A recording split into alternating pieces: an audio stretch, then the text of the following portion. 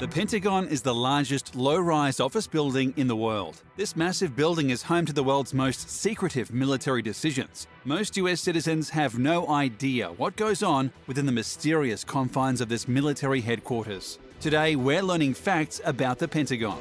The Pentagon fills up an unbelievable 6.6 million square feet. Its labyrinthine hallways stretch for over 17 miles, and while it's only 77 feet tall, a lap around the exterior of the building is almost a full mile. There are legends that before phones were placed at every desk, a series of roller skating messengers were dispatched around the building.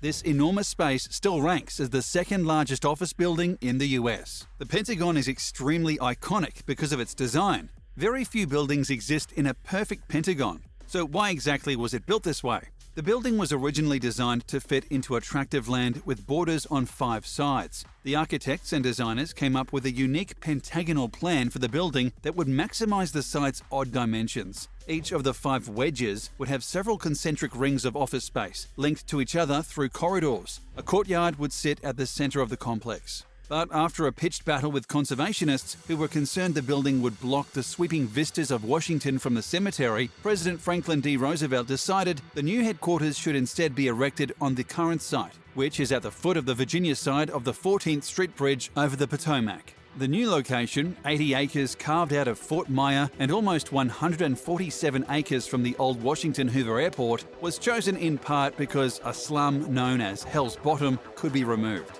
The government eventually evicted the occupants to make way for the Pentagon. This was controversial because Hell's Bottom was an extremely low-income area, and many of the residents struggled to relocate. With 23,000 employees, the Pentagon is in dire need of ample facilities. But the fact is that there are almost twice as many bathrooms as would normally be necessary. This was due to Jim Crow laws that were in place at the time of its construction, which lead to the segregation of bathrooms. According to historian Steve Vogel, despite the impression created by some post-war Hollywood films that depicted white and black troops fighting side by side during World War II, the US Armed Forces were not desegregated until 1948, 3 years after the end of the war, when President Harry Truman issued an executive order calling for equality of treatment for all persons in the armed services without regard to race, color, religion, or national origin. The racial divide that existed in wartime America and the manpower shortages created by the war affected the civilian workers who toiled on the Pentagon construction site as well. There were racial tensions and bigotry rampant among the construction workers, and in the end, the architect was forced to build a segregated Pentagon. This represents a dark period in America's past when the government endorsed a racial caste system that went all the way to the top. Obviously, the building is no longer separated, but the abundance of bathrooms serves as a reminder of the Pentagon's dark past. The Pentagon is not known for its frugality, but apparently they have started to cut costs on at least one front. After many years of testing, they have introduced a combat chewing gum in order to help compensate for the more than $100 million they spend on dental care for soldiers every single year.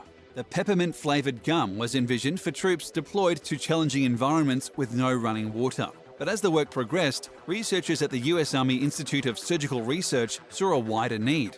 The Army's intent would be to prescribe the gum to high-risk soldiers, Hale said.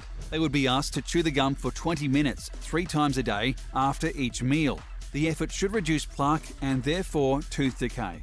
Regular sugar-free gum stimulates the flow of saliva in your mouth. The longer you chew it, the more thoroughly it neutralizes the acids found in plaque. Combat gum is also sugar-free, like Trident, but the Army's formula involves an ingredient codenamed KSL-W. A synthetic sequence of antimicrobial peptides mimic defensins, the bacteria-killing molecules naturally found in saliva. Peptides are very fast-acting. They kill bacteria within 5 minutes, an officer explained. The events of September 11, 2001 are burned into the collective memory of Americans everywhere. The tragedy centered on a number of important US landmarks, among them the Pentagon.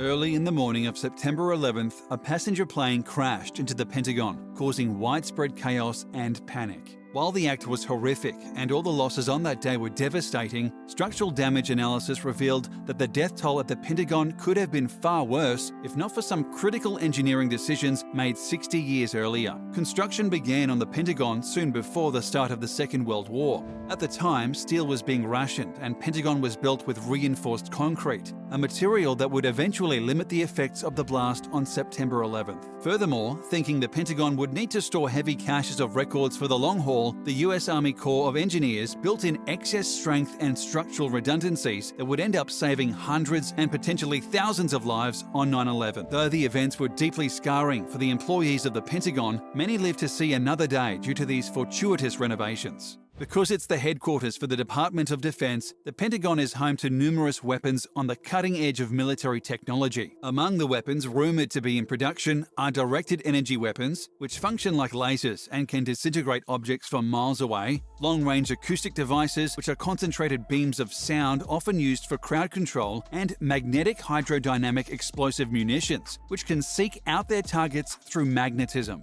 And in 2018, after securing a $928 million US Air Force contract to build an undefined number of hypersonic conventional strike weapons, a Lockheed Martin representative noted that the company will not be able to host any interviews on this program due to its sensitive nature. Many conjectured that these hypersonic missiles would be capable of thwarting any foreign power if they attempted to attack the US. They have also developed something nicknamed a ninja bomb, which can drop 100 pounds of knives on a target from afar.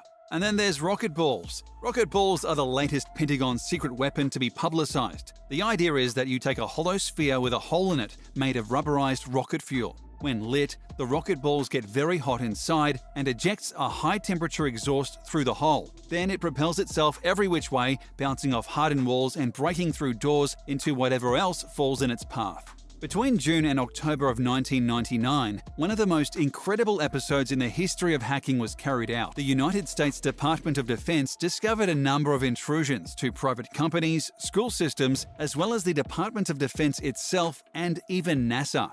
The interesting thing about all this is that these intrusions were the work of a young man of just 15 years of age. A native of Miami, Jonathan James, who operated under the pseudonym of Comrade, is considered one of the greatest hackers in history, thanks to his great ability to access private systems. Between June 29th and 30th, Jonathan managed to break NASA security and access 13 computers from which he stole software and information worth $1.7 million, which caused the agency to shut down their systems for 21 days. An action that would cost them $41,000 in repairs and losses. Anyone who assumed that the Pentagon was deeply secure was proven wrong when it was foiled by a teenager. Ultimately, he became the first minor hacker to be sentenced to prison, where he spent 6 months of his 16th year on Earth. Vietnam was the first war in US history to face widespread disapproval. Especially young people had a particular ire for the war and did everything possible to express their anger. In 1967, a group of hippies decided to express this anger in an absurd way. A simple march would not do. Instead, they attempted to levitate the Pentagon to figure out how many hippies it would take to encircle 6.5 million square feet of military office space. Abby Hoffman, one of the leaders, and a friend alternated holding hands, counting body lengths as they circled the building. "Everybody knows that a five-sided figure is evil," explained Hoffman. "The way to exercise it is with a circle." Before long, security guards rushed out of the Pentagon and arrested them for littering. They had put some leaflets on the windshields of cars in the parking lot. They were brought before a General Service Administrator, at which point the pair explained they would like to obtain a permit to levitate the Pentagon 300 feet. By forming a circle and chanting Aramaic exorcism rites, the monstrosity would rise into the air, turn orange, and vibrate until all evil emissions had fled. The war would end forthwith.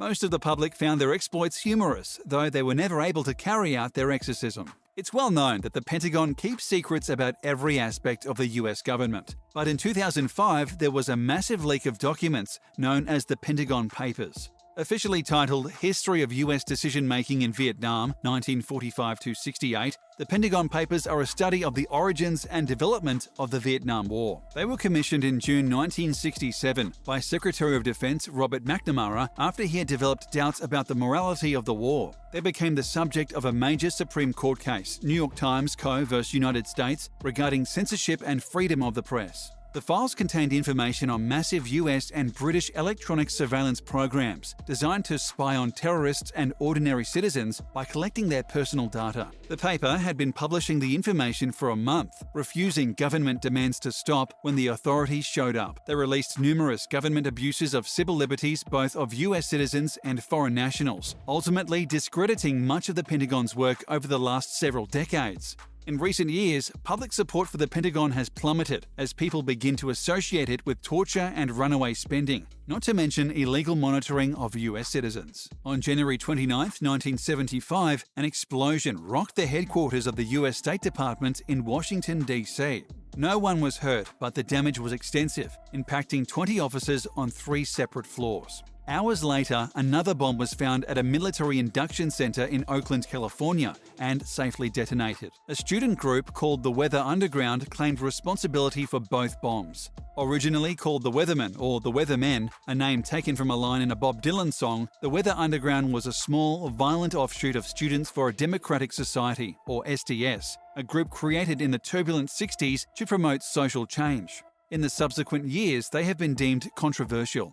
It took its name from Bob Dylan's lyric, "You don't need a weatherman to know which way the wind blows," from the song Subterranean Homesick Blues. The Dylan line was also the title of a position paper distributed at an SDS convention in Chicago on June 18, 1969. This founding document called for a white fighting force to be allied with the Black Liberation Movement and other radical movements to achieve the destruction of US imperialism and form a classless communist world. Though many critics consider it a form of soft propaganda, the Pentagon will bankroll Hollywood movies if they portray the Pentagon in a positive light. It's a matter of public record that the Pentagon has had an entertainment liaison office since 1948. The CIA established a similar position in 1996. Both organizations leveraged script changes to paint them in a more flattering light in exchange for advice, permission to use locations, and equipment such as aircraft carriers. For instance, in the war movie Black Hawk Down, the US military not only provided all of the weapons and vehicles for the film, it also provided ranger training for the actors. Many people believe that the military should stay out of the entertainment industry, but the Pentagon's involvement in Hollywood has certainly helped its image over the years.